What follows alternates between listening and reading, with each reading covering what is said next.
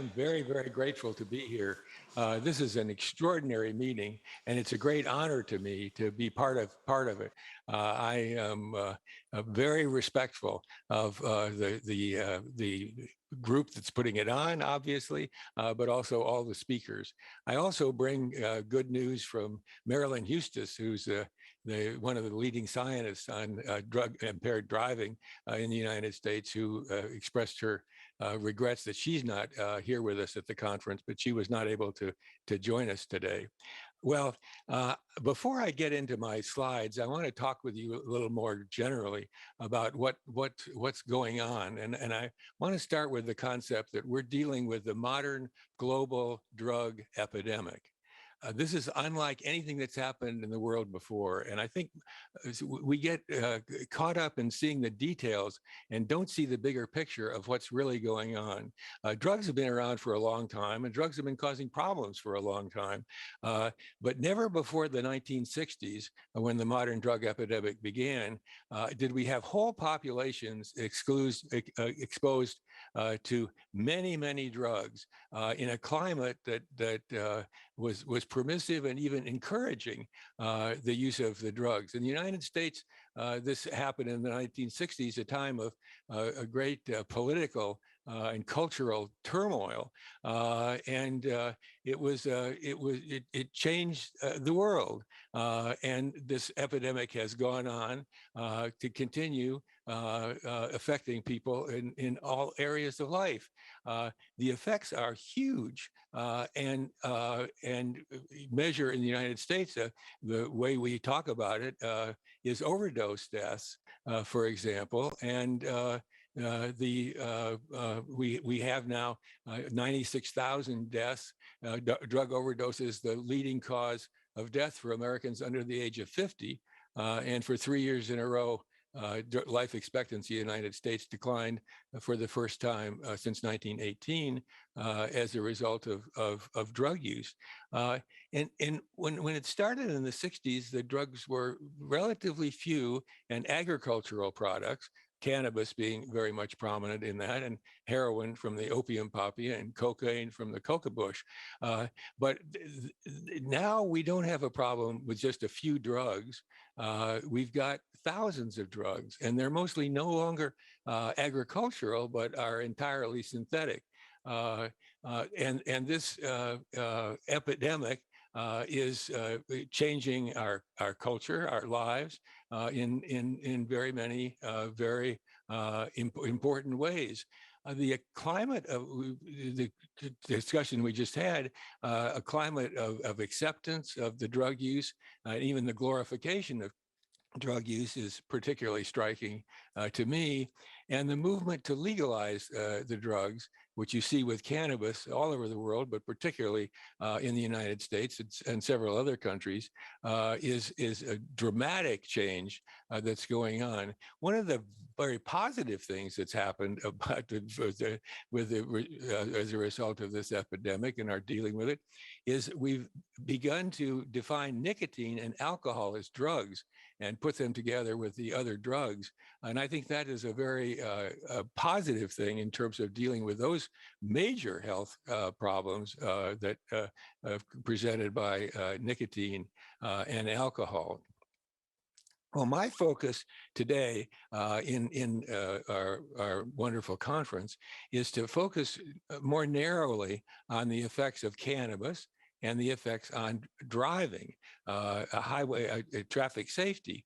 And I want to again start with a few words about the background of this. The American response to transportation and drugs and negative effect in transportation, often fatal effects in transportation, really was catalyzed by a crash of a train in Chase, Maryland in 1987 with many fatalities.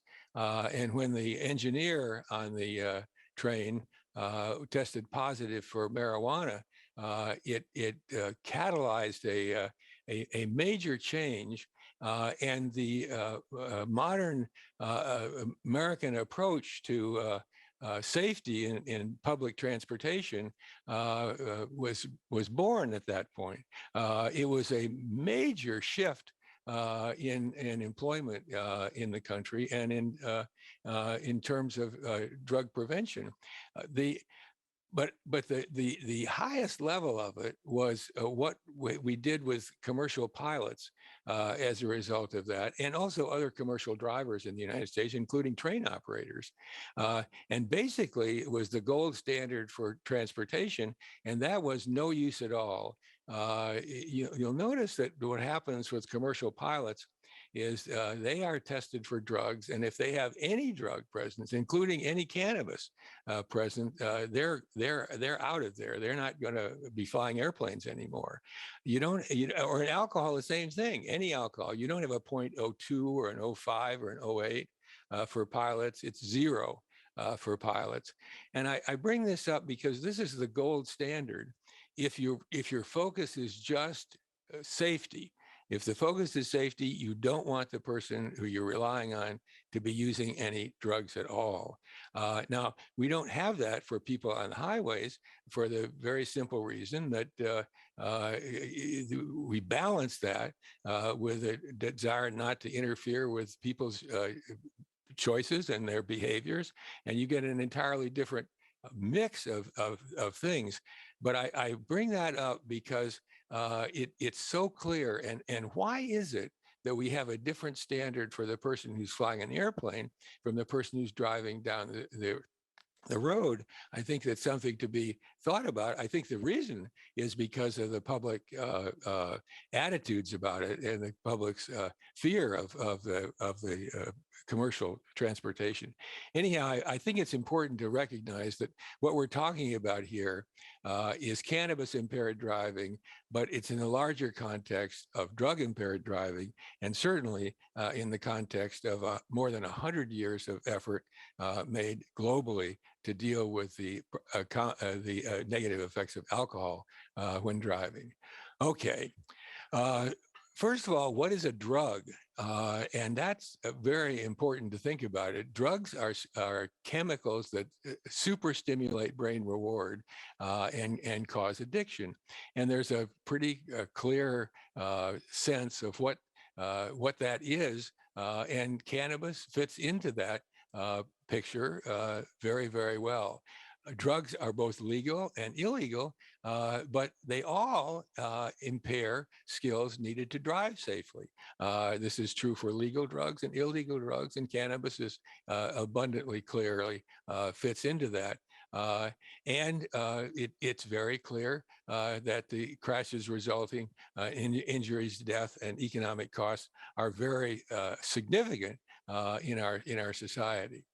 Now, with respect to cannabis, there's endless disputes about how much and what circumstances and all, but can be no doubt whatsoever that cannabis negatively affects all of these factors: vigilance, drowsiness, perception of time and distance, et cetera, are all affected in measurable ways from cannabis use. So there's no doubt that driving-related skills are adversely affected by cannabis use.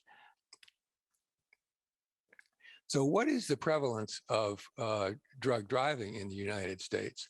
In 2019, it was estimated that 13.6 million people reported driving under the influence of an illicit drug, including cannabis. You notice that the vast majority of those were cannabis.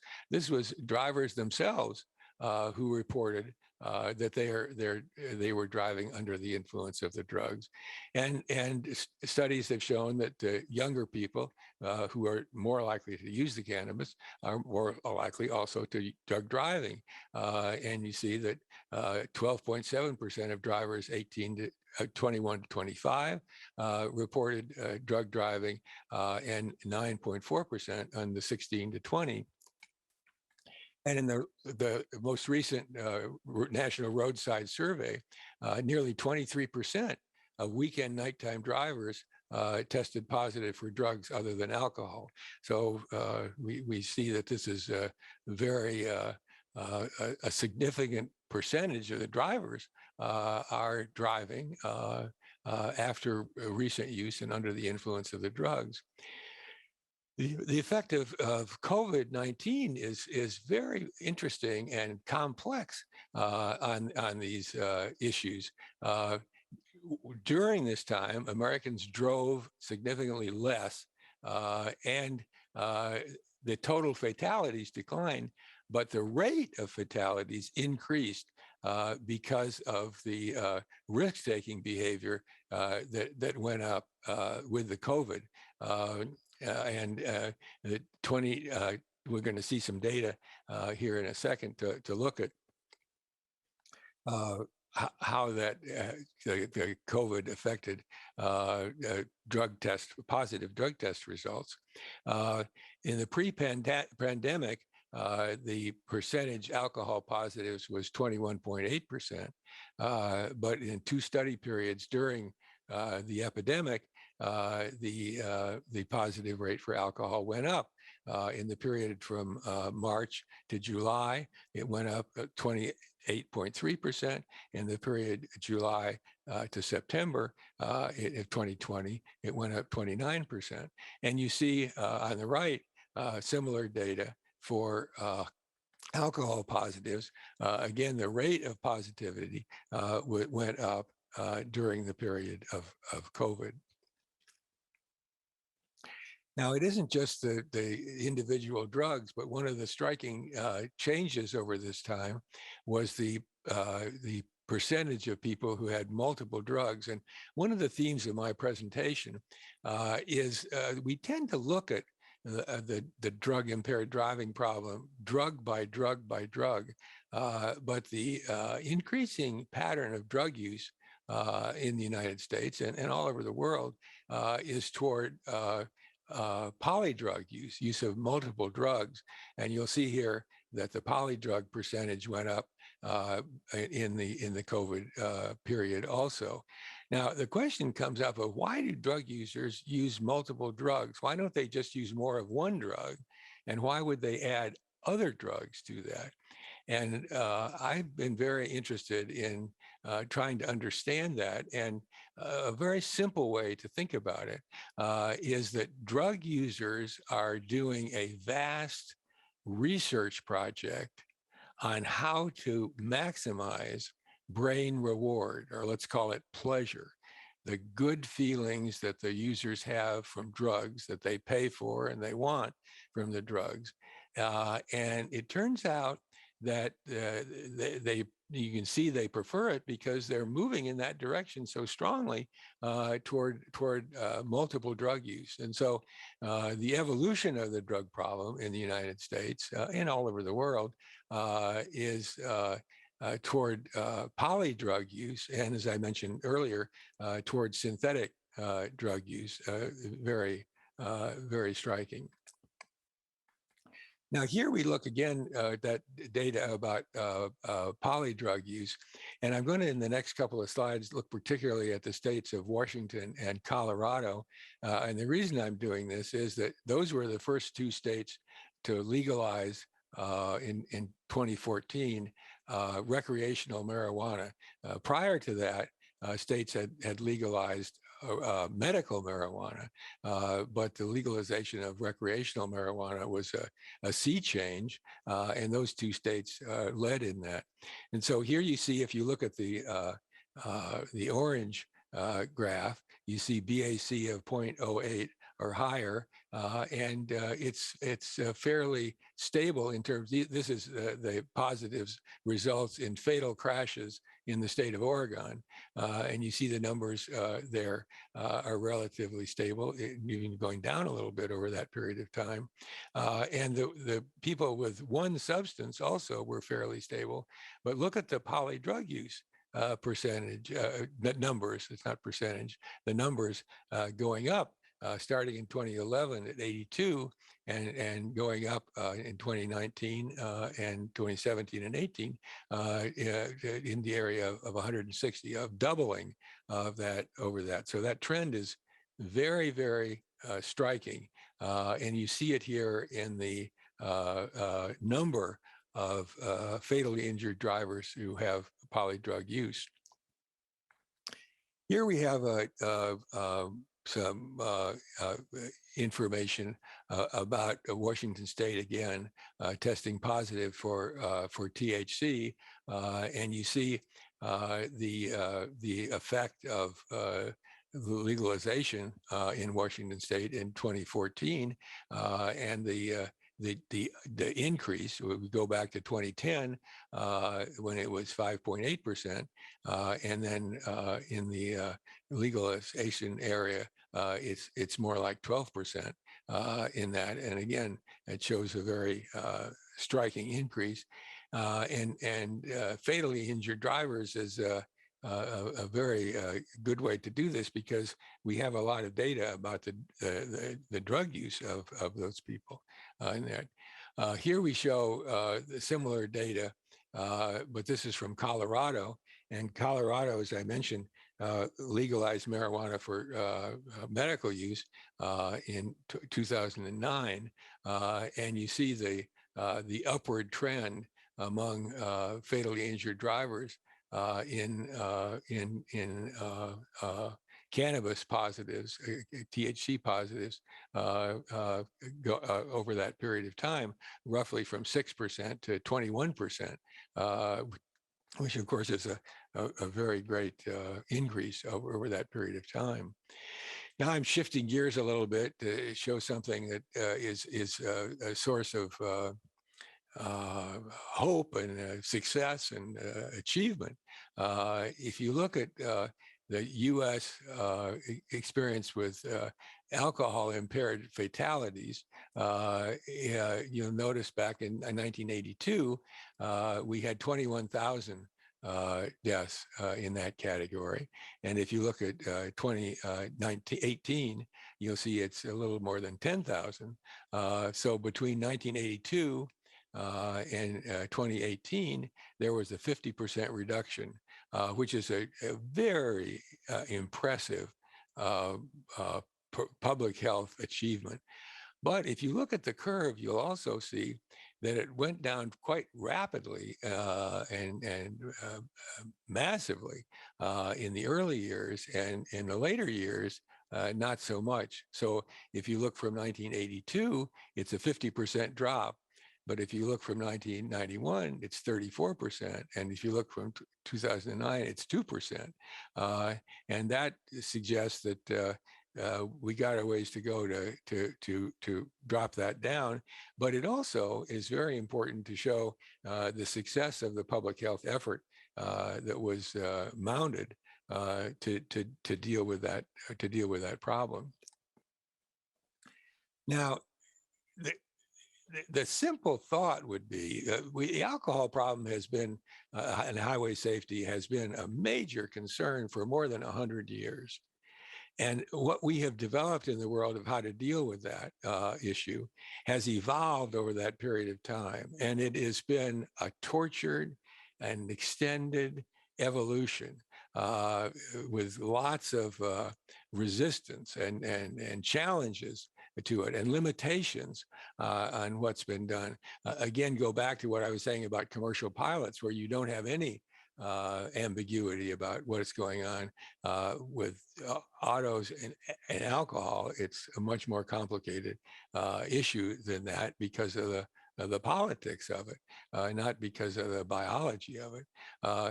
But that alcohol success is something to build on when we're dealing with drugs. But there's a problem with that, and that is alcohol is a very different drug than cannabis. And that difference has huge impacts in terms of what we're doing with highway safety. Now, here's a couple of graphs that make a point. On the left, you see the blood alcohol content of how many drinks people had: 1 drink, 2, 3, and 4, and it's interesting. This is after one hour after drinking.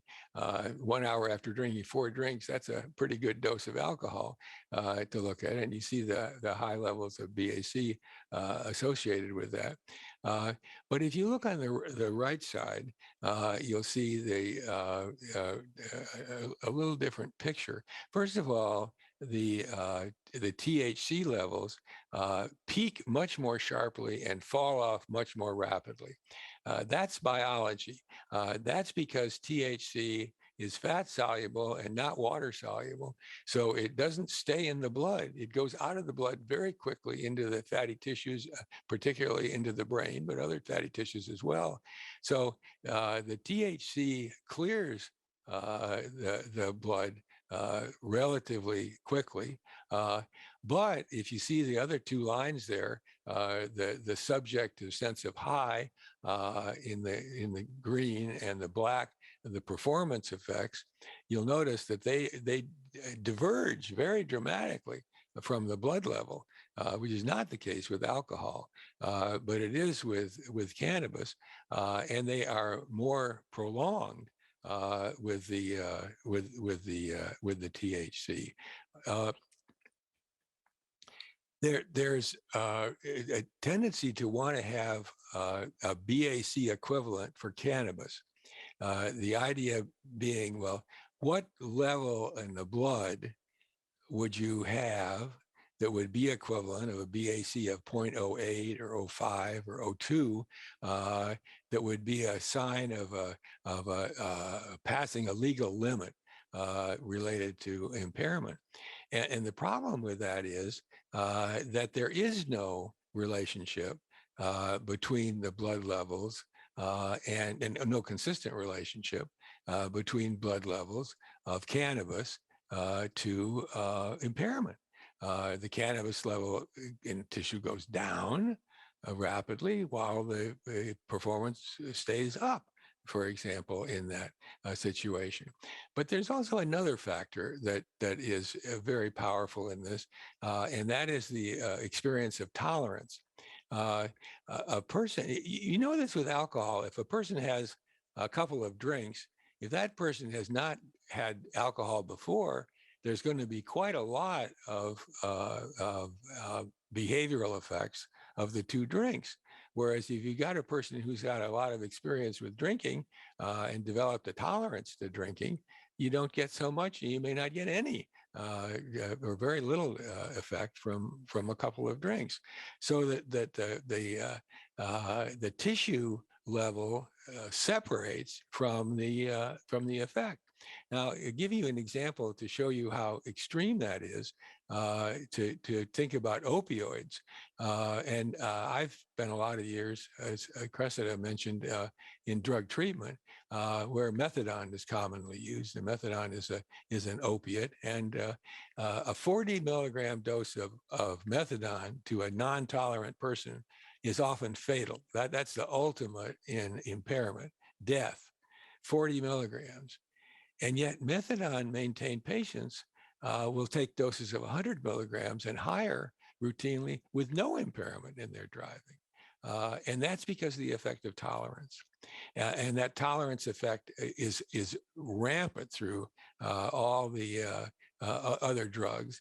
And in a way, people think that cannabis is the outlier, but cannabis isn't the outlier. It's alcohol that's the outlier.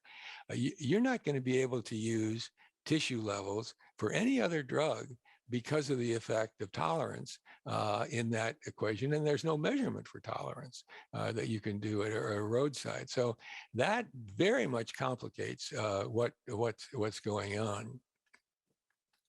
But that doesn't mean you can't do it, but you can't do it that way. You're not gonna find a BAC 0.08 or 0.05 or 0.02 equivalent with other drugs. You're going to have to do some other things. Well, I want to give you a kind of a summary here so to think very positively about drug testing and highways. And that is the emergence of oral fluid screening. And that's important because the oral fluid level is closely related to the time of the use when most of the effect occurs. Not all. With cannabis, you can get measurable effects on driving skills 3 weeks after a heavy user stops using. So the effects go on, but the effects are most intense right after the use. And the fact that oral fluids testing are positive at reasonable tissue levels for a few hours, 3 or 4 hours after use, is a huge benefit in terms of highway situation testing, and the fact that it can be done on site. So you can do it right at the roadside rather than having to have a blood draw and send somebody into for that kind of thing, which is hopeless for cannabis because of the rapid decline of the tissue level you see for that. So oral fluid testing is the hope that we have. And what's happening in the United States is the oral fluids, you take 2 samples at the roadside. One is to be read right there, and the other is to be sent to a lab for evidentiary purposes. And that's very important. Among other things, it can be tested for other drugs as well. I want you to understand what happens in the United States because of the way we approach highway safety problems is that the police officer can't pull somebody over on a random basis, but only when there's a reasonable suspicion that this has happened, and with probable cause of it, so that before the person is drug tested, they are arrested for the impaired driving. And that's an important sequence to think about. But in any event, I want to end with this perspective on it, that there is a way forward in terms of drug driving, that it represents a compromise. It's not going to go all the way to commercial pilots, which is a very good place for us to go, but we're not going to be able to do that. But it changes the dynamic to use oral fluids testing. And I want to emphasize to you that the Nordic nations are in many ways very much in the lead globally, certainly ahead of the United States, in terms of the adoption of oral fluids testing for cannabis. And because it has this narrow window of detection of a few hours, it is relatively acceptable to the very powerful marijuana lobby and the opponents of the testing. What we're after is what we have with alcohol, and that is a credible threat that changes the behavior. And we want the credible threat to be, with alcohol, it's don't drive and drink. And we want that to be with other drugs, including cannabis, don't smoke cannabis and drive. And if we had the concept that we would have to be, let's say 5 hours between the time you used cannabis and driving, that would be a step forward for us to be able to think that way. And the oral fluids testing lets us have a way to do that.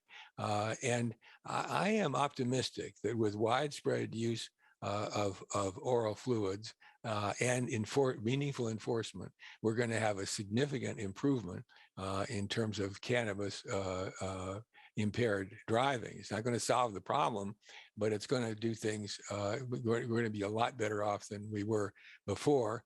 And again, I want to emphasize that the leadership of the Nordic nations in this is very impressive, and the world can learn a lot from that. So I'll end there and be happy to have a few questions. And again, I want to just say that the driving situation is just one of many examples where the modern drug epidemic has a very big negative health effect.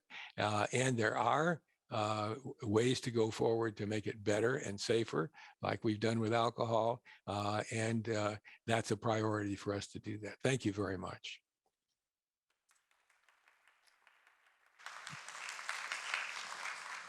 Thank you, Bob, very much. I hope you heard the applause, because it's well deserved. And thank you for enlightening us on the effect of cannabis impaired driving. And I think it was what you said in the beginning, if the focus would be on safety, we would not want them to use drugs at all. And yeah, it's interesting to see how things are being considered when it's a public. Are you there, Chris? I realize I've got some more slides I didn't think about. I thought I was finished, but. No, you can go on. Go on. I don't know, you want me to go back and do some Yeah, more slides, sure. or do you want to have the questions and answers? I can do either. No, you can have some more slides if you want to.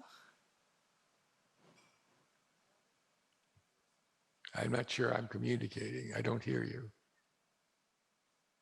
Can you hear me now?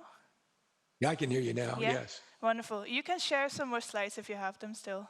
Okay, sure. Yeah. This is about the larger context of the drugs in the United States, and it shows the relative use of the various drugs. Americans 12 and older, you'll see 51% of Americans have had a drink of alcohol in the prior month. 21% have used tobacco and 12 cannabis. And you notice the opioids and the cocaine. The reason those three are so much higher is because they're legal. And that makes all the difference in the world. It's not the drug, it's the legal status that makes that happen.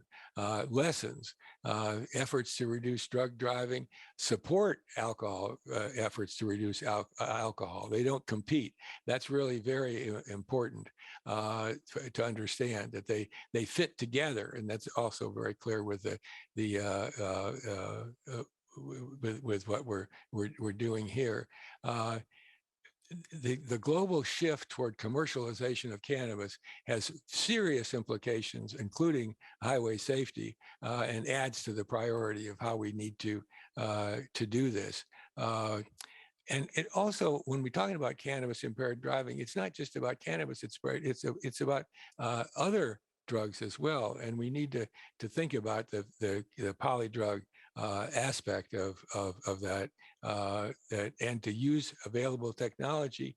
And we want to get to the, I mentioned, as I said before, this idea that don't use drugs and drive is our message. Here is the website that we have at IBH about drug driving, and I invite all of you to take a look at that. www.stopdrugdriving.org, and our website also. I'm very happy to have you take a look at. And now I've actually finished the slides, and again, I'm happy to have any questions that you have.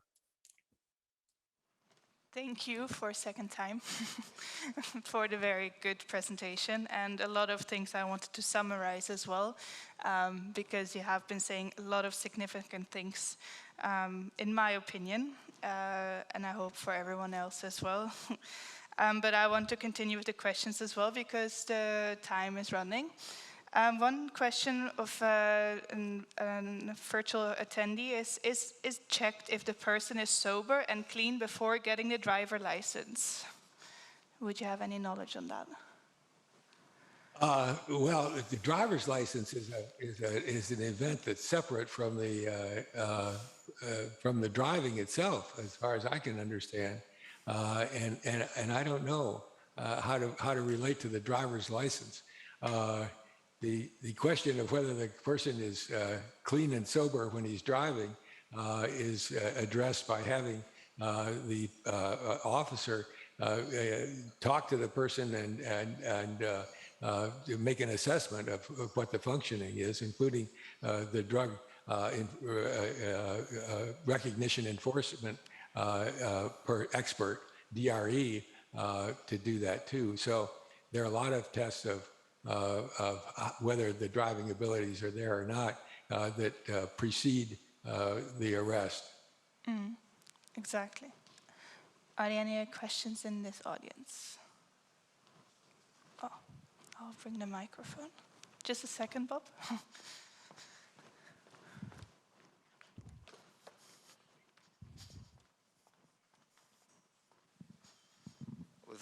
Related to this question of driver's license, we have a debate in Sweden on to what extent physicians declare or deny, because they have the obligation to report cases that are not able to drive. I mean, some cases of epilepsy, but also alcohol and drug use. And the policy is that if you cannot guarantee that you treat them yourself as a doctor, but in many cases it's difficult to treat them. But the problem is that many doctors are reluctant because they lose their confidence in patients. But in principle, we have that obligation, and there is debate. So what is the policy regarding the physician's obligations to report to the licensing, the transport authority, whatever? I think that's really complicated to think about that because a person can be a drug user and not drive after using the drugs. And a lot of people do change their behavior. You see that with alcohol, where you would say this person drinks or maybe drinks heavily. Would you think that a person who drinks heavily would be, the doctor would say, Bob DuPont drinks heavily, you have to take his license away? I think you'd have to say you'd only take Bob DuPont's license away if he drank heavily and then drove. So I don't think the doctor is going to have useful information to give about that. As you say, with epilepsy, you don't know what's going to happen with epilepsy, but you do know about drug use, and whether they drive or not, I don't think the doctor's in a position. I'm a doctor. I don't know how I would say which of my patients who are drug users should have a license and not have a license. I don't know how I would do that. Thank you. Any other questions? Yeah.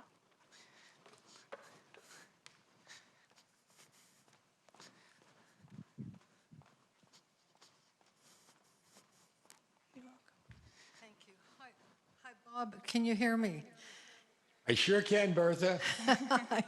I'm just wondering if we developed a test that was not specific to drugs, but simply to impairment, would that make life a lot easier than, the long half-life of THC and so on and so forth? Yes. Bless you, Bertha. Now, let me tell you something. I think I mentioned that I started as director of NIDA in 1973. And by 1974, we had published our first research monograph on drug driving. And I wrote the foreword to it. And I recently came across a copy of it. And lo and behold, what I suggested is, why fool around with this crazy stuff about blood levels and tissue levels and all this stuff? Just measure impairment. If a person's impaired, he shouldn't drive. And if a person's not impaired, he can drive. And whether they use drugs or not doesn't make any difference. We're after impairment. We're not after drug use. So that seemed pretty sensible to me. Well, it turns out that people tried that. And there was a famous example where General Motors put in an interlock system and tried it out. And so a screen would show you, 10 numbers. And you had 4 seconds to enter those 10 numbers. That ability to do that was adversely affected by being drunk, by heavy alcohol use. So that would be an example of something, but you could have all kinds of other tests of impairment. And what they found was a lot of drunk people could do that, and a lot of sober people couldn't do that. and that was true for every single thing they did.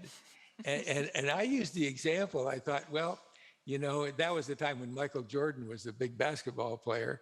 And I thought, Bob DuPont played basketball a little bit too.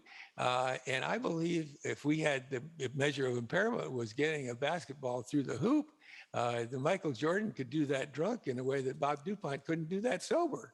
And that's true with every measure of impairment, which is very interesting. And so what people then said that, okay, now we've got to do a different standard for Bob DuPont than we do. So we got to have a baseline, get a sober number for everybody and see where they go. But that defeats the whole purpose of doing it if you do that. And besides, if you did that, the people who use the drugs would just do a lousy job at the beginning so they could do a better job at the end. And that terrific idea turned out to be kind of problem to implement in the situation.